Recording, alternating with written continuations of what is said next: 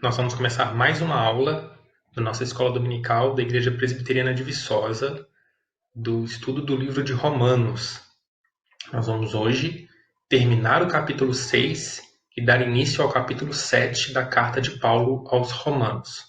Espero que vocês estejam acompanhando a nossa aula, tenham visto os vídeos anteriores, as aulas anteriores que estão disponíveis no nosso canal no YouTube.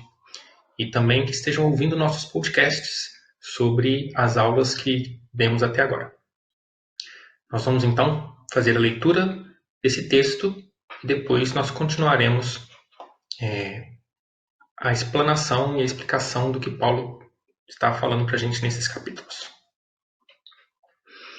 Bom, nós vamos começar do capítulo 6, versículo 15, e vamos até o capítulo 7, no versículo 6. Vamos então ler. E então, vamos pecar porque não estamos debaixo da lei, mas debaixo da graça? De maneira nenhuma. Não sabem que, quando vocês se oferecem a alguém para lhe obedecer como escravos, tornam-se escravos daquele a quem obedecem? Escravos do pecado que leva à morte ou da obediência que leva à justiça? Mas, graças a Deus, porque, embora vocês tenham sido escravos do pecado, passaram a obedecer de coração à forma de ensino que lhes foi transmitida. Vocês foram libertados do pecado e tornaram-se escravos da justiça. Falo isso em termos humanos por causa das suas limitações humanas. Assim como vocês ofereceram os membros dos seus corpos em escravidão à impureza e à maldade, que leva à maldade, ofereçam-nos agora em escravidão à justiça, que leva à santidade. Quando vocês eram escravos do pecado, estavam livres da justiça. Que fruto colheram então das coisas das quais agora vocês se envergonham? O fim delas é a morte.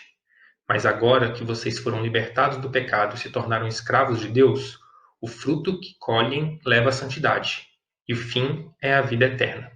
Pois o salário do pecado é a morte, mas o dom gratuito de Deus é a vida eterna em Cristo, nosso Salvador, nosso Senhor. Meus irmãos, falo a vocês como a pessoas que conhecem a lei. Acaso vocês não sabem que a lei tem autoridade sobre alguém apenas enquanto ele vive? Por exemplo, pela lei, a mulher casada está ligada a seu marido enquanto ele estiver vivo, mas, se o marido morrer, ela estará livre da lei do casamento. Por isso, se ela se casar com outro homem enquanto seu marido ainda estiver vivo, será considerada adúltera.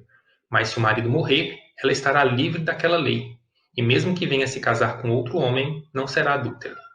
Assim, meus irmãos, vocês também morreram para a lei, por meio do corpo de Cristo, para pertencerem a outro, aquele que ressuscitou dos mortos, a fim de que venhamos a dar frutos para Deus. Pois quando éramos controlados pela carne, as paixões pecaminosas despertadas pela lei atuavam em nossos corpos, de forma que dávamos frutos para a morte. Mas agora, morrendo para aquilo que antes nos prendia, fomos libertados da lei, para que sirvamos conforme o novo modo do Espírito, e não segundo a velha forma da lei escrita. Bom, se no início do capítulo 6, na aula anterior, nós respondemos a pergunta, né? Se nós não estamos debaixo do pecado, se nós estamos debaixo da graça, então nós vamos pecar para que a graça seja abundante? Foi isso que Paulo respondeu no início do capítulo. E agora, ele faz uma nova pergunta para a gente. E ele pergunta: nós vamos pecar porque nós não estamos debaixo da lei, mas debaixo da graça? Ou seja, se não estamos debaixo da lei, isso quer dizer que nós estamos livres para viver como bem entendermos? Ou, de outra forma, se a lei de Deus não é mais o caminho pelo qual nós somos salvos, se a gente não precisa obedecer à lei para receber a salvação, isso quer dizer que não estamos debaixo de nenhuma obrigação de levar uma vida santa? O que Paulo está trazendo para a gente nessa pergunta, ou a ênfase que ele quer dar para a gente ao fazer essa pergunta e responder essa pergunta, tem a ver com a forma de vida, com a vida cotidiana. Como que o cristão vai entender, ou qual a motivação dele para a vida cotidiana? vai viver como bem entender, já que nós somos salvos pela graça, ou vai continuar buscando uma vida de santidade? Como eu vou agir no meu dia a dia? Como vai ser as minhas ações? Essa é a intenção de Paulo em trazer essa pergunta nesse momento do texto. E a resposta que ele dá é muito simples: de maneira nenhuma. Mas por que não? Por que nós não vamos viver em pecado? Por que nós não vamos viver dessa forma? O Timothy Keller, autor do livro que a gente está usando como base para esses estudos, coloca da seguinte forma: por que a gente não vai fazer isso, né? Porque ser salvo não significa que você está livre de ter um Senhor. Você pode ser escravo do pecado ou servo de Deus. Só não pode não ser nenhuma dessas coisas, nem as duas ao mesmo tempo. Ou seja, o ser humano foi criado para adorar. Essa é a finalidade do homem, adorar a Deus. Mas com o pecado a gente acaba adorando outras coisas, mas de qualquer forma a gente adora alguma coisa. Nós somos adoradores. E a gente precisa então entregar nossa vida a alguma coisa. O que vai ser a nossa motivação? Qual vai ser o propósito da nossa vida? E quando você entrega a sua vida a essa coisa, então você passa a ter ela como seu Senhor. E, nesse caso, nós temos dois senhores possíveis: o pecado ou Deus. E é isso que Paulo vai continuar falando para a gente como resposta a esse texto. Veja que nos versículos de 16 a 22, ele vai falar 3 vezes sobre ser escravos do pecado. Nós somos escravos do pecado, um dos senhores. E outras 3 vezes em ser escravos da obediência, escravos da justiça, escravos de Deus. Ele mostra para a gente esses dois senhores possíveis. Ou você serve a um, ou você serve a outro. No versículo 16, ele nos lembra que nós nos tornamos escravos daquilo que obedecemos. Ou seja, como Keller ressaltou, ninguém é livre. Todo mundo serve a alguma coisa. Todo mundo tem algum senhor. Veja essa citação da Rebecca Manley. O que quer que nos controle é nosso Senhor. Quem busca o poder é controlado pelo poder. Quem busca aceitação é controlado pela aceitação. Nós não nos controlamos. Nós somos controlados pelo Senhor da nossa vida. E é isso. Nós somos escravos daquilo a que servimos. Nós não somos capazes de não servir alguma coisa, de não adorar alguma coisa. Se nós adoramos o pecado, se nós somos escravos do pecado, nós somos levados à morte. E isso, na verdade, é uma escravidão. A morte, ser escravo do pecado é a verdadeira escravidão. Se você, por um lado, é livre da lei, você não precisa obedecer à lei, porque você é escravo do pecado. Você vai fazer o que você bem entender.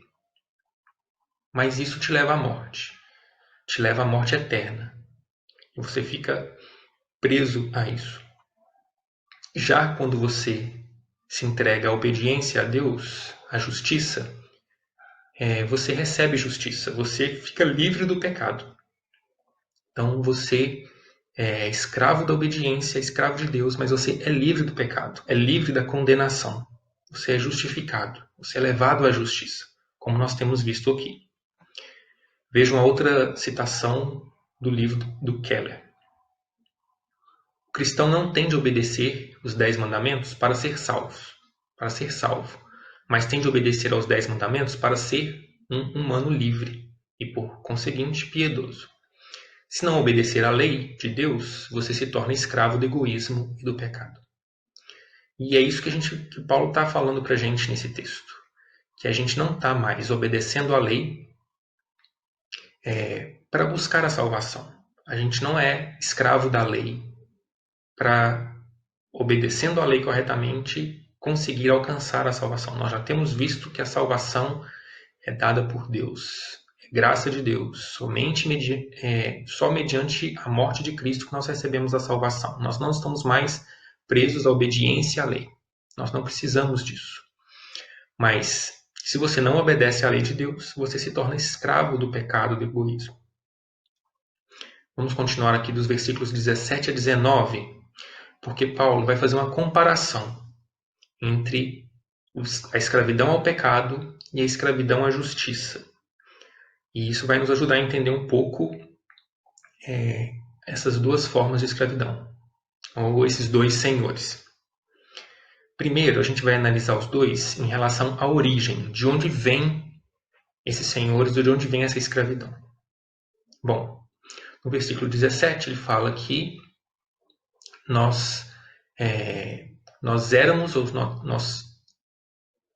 vocês tenham sido escravos do pecado, né?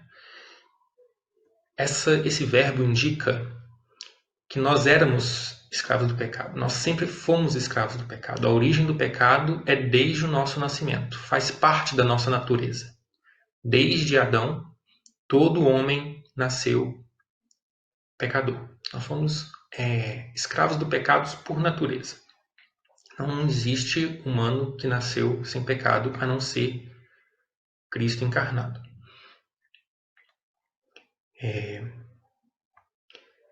E o versículo continua falando que, embora a gente tenha sido escravo do pecado, nós passamos a obedecer de coração à forma de ensino que nos foi transmitida. Ou seja, tem aí uma conversão, um novo nascimento. A escravidão à justiça, a obediência à lei, vem desse novo nascimento, dessa conversão através do Evangelho. E essa frase nos ajuda a entender um pouco esse processo de conversão. Veja que existe uma forma de ensino, uma forma de transmitir o Evangelho, de transmitir esse conhecimento. Então, existe uma ação aí de conhecer o Evangelho, né? De saber quem é Jesus, de conhecer o propósito da morte de Jesus. Esse conhecimento, esse ensino tem que ser transmitido à pessoa. A partir do momento que esse conhecimento é transmitido, ela passa a ter uma nova motivação. O coração dela não é mais motivado pelas coisas da natureza pecaminosa, mas então ele é motivado por esse evangelho, por essa notícia. E faz diferença ser um ensinamento que muda a motivação do coração, porque é possível que você tenha esse conhecimento, que você conheça esse evangelho, mas não viva um cristianismo verdadeiro, que foi o que muitas vezes Jesus combateu com os judeus naquela época. Eles tinham um cristianismo, eles tinham uma religião, mas não era uma religião correta, né? Então é possível que ainda hoje a gente siga uma igreja, siga a Cristo de alguma forma, mas isso não faz uma diferença no nosso coração, mas simplesmente exterior. Mas isso tem que transformar a motivação do nosso coração. E quando você tem, então, essa motivação transformada, você passa a obedecer à lei. Você tem uma mudança de vida. Faz sentido, então, você obedecer à lei, obedecer à palavra de Deus, porque você teve essa mudança no seu coração. E percebam que o processo de conversão, esse novo nascimento, não vem de nós. É graças a Deus. Deus é quem faz a conversão. O Espírito de Deus é quem faz a conversão do nosso coração. É que nos motiva a obedecer os ensinamentos dele. Então, em relação à origem, eles têm origem muito diferente. O escravo do pecado, a escravidão do pecado, esse senhor faz parte da natureza humana, vem do nosso nascimento. E a escravidão à justiça, a escravidão a Deus, vem a partir do novo nascimento, da conversão para Cristo. Ele continua essa comparação agora em relação ao desenvolvimento dessa escravidão. E já em relação ao desenvolvimento dessa escravidão, desse serviço, desse senhorio, eles têm um desenvolvimento muito parecido. Veja que ele fala no versículo 19 que nós oferecemos os nossos membros, os membros do nosso corpo, à escravidão, à impureza e à maldade. Então nós oferecemos nosso corpo, nós oferecemos os nossos membros, as nossas ações, à escravidão da impureza e à maldade, escravidão do pecado. E isso leva à maldade. É um ciclo. Se eu entrego meu corpo à escravidão do pecado, o meu corpo vai ser levado à maldade, vai deteriorar meu corpo. Isso vai me levar à morte, como a gente já viu nos versículos anteriores. Então, a maldade que entra em mim me faz eu me entregar mais a essa escravidão e a buscar mais a maldade e a impureza, e eu sou mais deteriorado, eu sou mais consumido pelo pecado, eu estou mais próximo da morte. Já em relação à justiça, nós também devemos entregar os nossos membros à escravidão à justiça. Também é um ato de oferecer, de escolher dedicar as nossas ações, os nossos membros, nosso corpo à justiça, a obedecer à lei. Só que isso leva à santidade. E também é um ciclo, porque quanto mais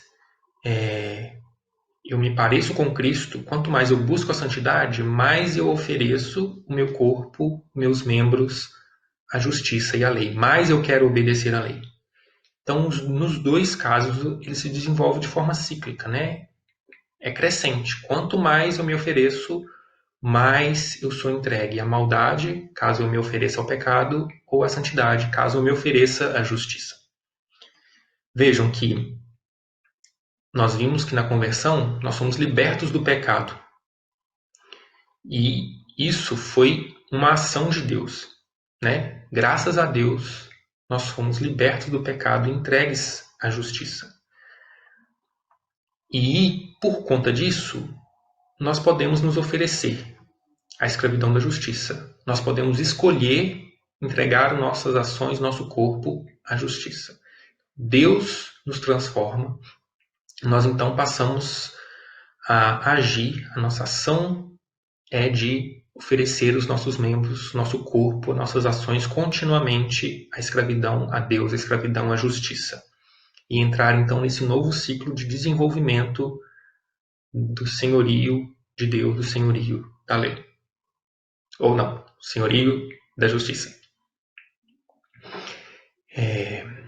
Nos versículos seguintes, Paulo vai apresentar para a gente o resultado, mais uma vez, ressaltar o resultado dessas escravidões, da escravidão do pecado e da escravidão da justiça. Veja, se nós somos escravos do pecado, nós somos livres da justiça. Como a gente já falou, a gente pode viver da maneira que me satisfaz. Posso seguir meus próprios desejos. Mas não só isso, eu me torno escravo dos nossos desejos. Por quê? Se a motivação do meu coração, se o que me move por exemplo, um cargo no meu trabalho. Tudo que eu faço na minha vida é para conseguir um cargo, um alto cargo na empresa, no meu trabalho, chegar num nível que é onde eu quero chegar. Eu me torno escravo disso, eu tenho que fazer tudo para conseguir isso, né? A minha motivação é essa. Só que isso leva à morte. O fim dessa escravidão, os frutos que ela dá, me levam à morte. A gente sabe que a morte citada aqui pode ser relacionada à morte futura, à morte eterna, né? Ao inferno. Mas Paulo está falando também do presente, do hoje. Está falando da fragilidade da nossa vida. Porque se eu sou escravo do meu desejo, se eu quero esse alto cargo no meu trabalho, como foi o exemplo que eu dei, eu vou me frustrar porque eu vou ver outras pessoas conseguindo isso, às vezes mais rápido do que eu. Eu vou perder noites de sono trabalhando para conseguir dar os resultados que eu preciso para conseguir esse cargo. Eu vou ser egoísta, eu vou ser invejoso, eu vou frutificar os frutos da carne. A vida é frágil, isso vai me consumindo. Isso me leva à morte aqui. Eu sou consumido no presente. E eu ainda vou receber no futuro a morte eterna. Agora, se, porque eu fui liberto do pecado, eu me torno escravo de Deus, os frutos que eu vou colher são os frutos do Espírito. Amor, alegria, paz, bondade, longanimidade. Isso me leva à santidade. Vivendo de acordo com os frutos do Espírito, eu vou me aproximar de Cristo, da imagem de Cristo. Vou ser levado à santidade. E, com isso, a vida eterna, não a morte. Mais uma vez, presente e futuro. Eu posso experimentar hoje uma vida de santidade, de retidão. E eu ainda vou ter a vida eterna no futuro. E então, a gente tem o versículo 23, o famoso versículo 23. Pois o salário do pecado é a morte, mas o dom gratuito de Deus é a vida eterna em Cristo Jesus, nosso Senhor. Ou seja, se eu estou escravo do pecado, eu estou recebendo o que eu mereço. Os meus atos vão receber o pagamento pelo qual eu estou agindo, que é a morte. O pagamento pelas minhas ações. Eu mereço a morte porque eu estou vivendo sob o domínio do escravo, sob o senhorio do pecado. Agora, o que Deus nos dá, quando eu me torno escravo de Deus, quando eu sou livre do pecado, a vida eterna é dom gratuito. Eu não preciso fazer nada, eu não tenho condições de fazer nada para receber a vida eterna. Deus nos dá a vida eterna gratuitamente. Nada do que eu possa fazer, nenhuma obediência à lei, nenhuma atitude minha vai me fazer receber a vida eterna ou me aproximar da santidade. Deus quem faz isso. A graça de Deus é quem faz isso. E é isso que Paulo tem nos demonstrado durante o estudo, durante a escrita dessa carta. Bom, nós chegamos então no capítulo 7 de Romanos. Se ele usou anteriormente essa analogia da escravidão para nos falar porque a gente não consegue, sendo escravos da lei, obedecendo à lei, alcançar a vida eterna, ele vai fazer aqui uma nova analogia. E ele lembra primeiro, no versículo 1, que ele está falando para pessoas que conhecem a lei. A gente já falou isso algumas vezes, né? A carta está sendo escrita para uma igreja que tem judeus, tem cristãos, pessoas que já conhecem a lei de Deus. E a lei, qualquer lei, tem a sua finalidade ligada a um compromisso. E tem a vigência da lei. Ele vai dar para a gente, como exemplo da lei,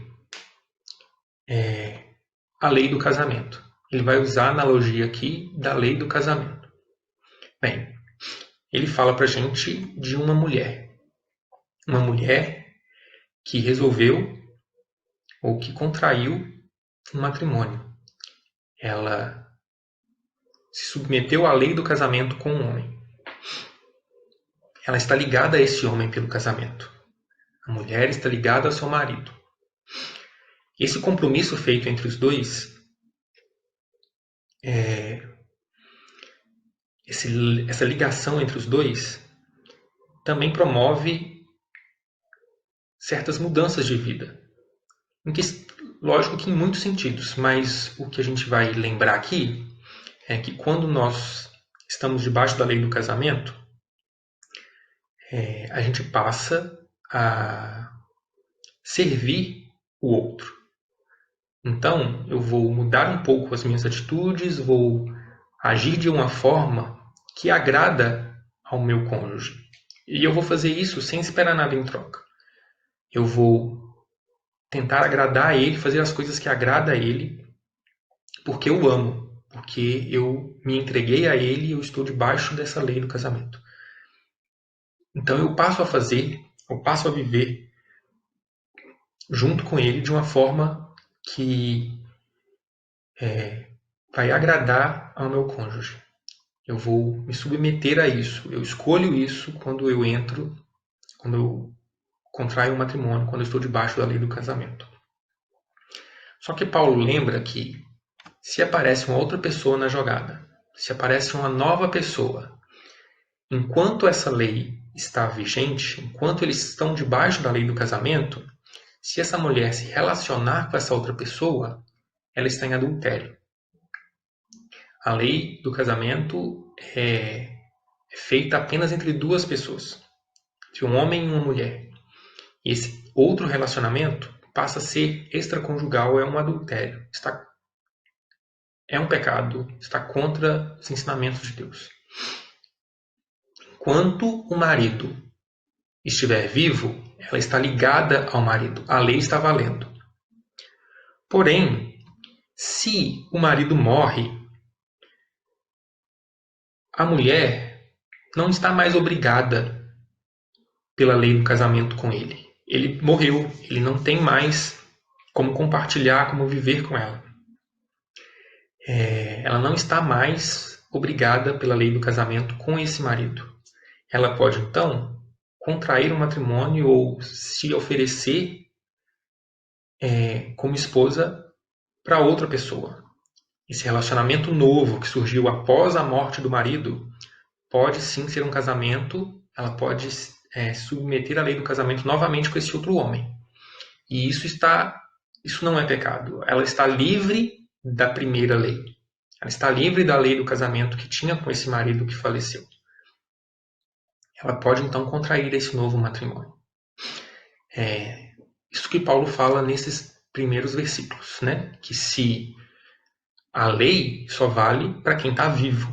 Se o marido morreu, ela não tem mais obrigação de cumprir o compromisso que ela tinha feito com ele. E ela pode fazer um compromisso com outra pessoa. Então, ele vai expandir essa analogia do casamento para nós, como cristãos, como igreja de Cristo. Assim, meus irmãos, vocês também morreram para a lei. Ou seja, nós, como igreja, estávamos ligados à lei. Estávamos com um compromisso com a lei. O povo de Deus tinha um compromisso com a lei. Era necessário obedecer à lei. Tudo que estava no Pentateuco, tudo que Deus falou através dos profetas, era preciso obedecer à lei. Os rituais, os sacrifícios. Mas nós morremos para essa lei. Nós não temos mais obrigação com essa lei por causa de Cristo. Quando Cristo se entregou por nós, nós morremos por meio da morte corpórea de Cristo. Ou seja, nós estamos desobrigados desse compromisso com a lei, de ter que seguir a lei, de ter que obedecer à lei para alcançar alguma coisa. Nós não precisamos mais frutificar para a morte. Nós não precisamos mais ser escravos do pecado que leva à morte. Fruto da nossa... E aí ele fala no versículo 5, né, que as paixões pecaminosas foram despertadas pela lei. Como a gente já viu que a lei nos mostra como nós somos pecadores. Não que a lei nos faz pecadores, mas ela nos mostra como nós somos pecadores. Ela nos mostra o que é o pecado. E ao nos tornar escravos disso, de ter que seguir rigorosamente a lei e de achar que fazendo, obedecendo à lei, nós vamos alcançar a salvação, nós estamos frutificando para a morte, nós estamos nos escravizando à lei. Mas Cristo morreu por nós e nos desobrigou desse compromisso de obedecer à lei. Nós não precisamos obedecer à lei para alcançar a salvação, porque nós temos, então, um relacionamento com Cristo. Nós podemos, então, já que nós morremos para a lei, contrair um novo compromisso. Um casamento com Cristo. Nós, igreja, somos a noiva de Cristo. E Então, nós vamos servir a Cristo conforme o novo modo do Espírito. Nós vamos nos tornar escravos de Deus, escravos da justiça. E vamos servir conforme o novo modo do Espírito. Ou seja, respondendo à pergunta, por que eu obedeço à lei? Já que que eu sou salvo pela graça e não pela lei, por que eu tenho que obedecer à lei? E a resposta é porque nós somos casados com Jesus Cristo. E como esposa de Cristo, nós vamos viver de forma que agrade a Cristo. E a forma que agrada a Cristo é obedecendo à lei. Eu não obedeço à lei para alcançar a salvação. Eu obedeço à lei porque é isso que agrada o meu noivo. É isso que satisfaz a minha vida. É esse o propósito da minha vida. Satisfazer o meu noivo, satisfazer o noivo da igreja, a Cristo. E a vontade dele, que está registrada na Bíblia, é que nós vivamos em santidade, obedeçamos a lei para viver em santidade. Com isso, Paulo responde então a essa pergunta. Nós vamos pecar porque nós não estamos debaixo da lei?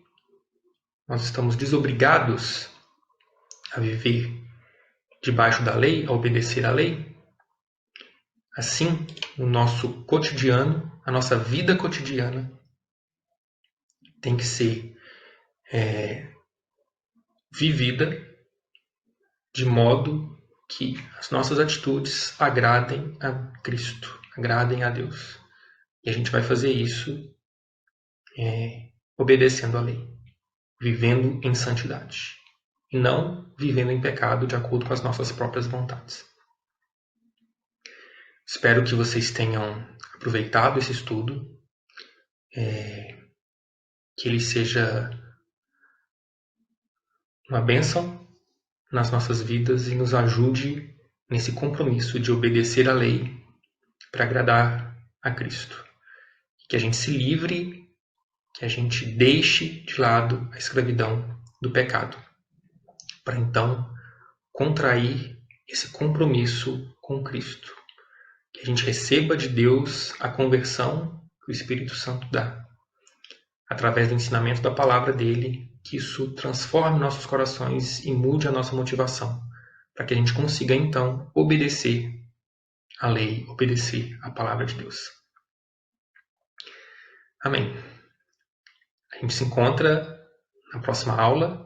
Espero que vocês estejam acompanhando e nos dê um feedback. Coloca nos comentários a sua dúvida, a sua pergunta ou a sua contribuição. Até mais.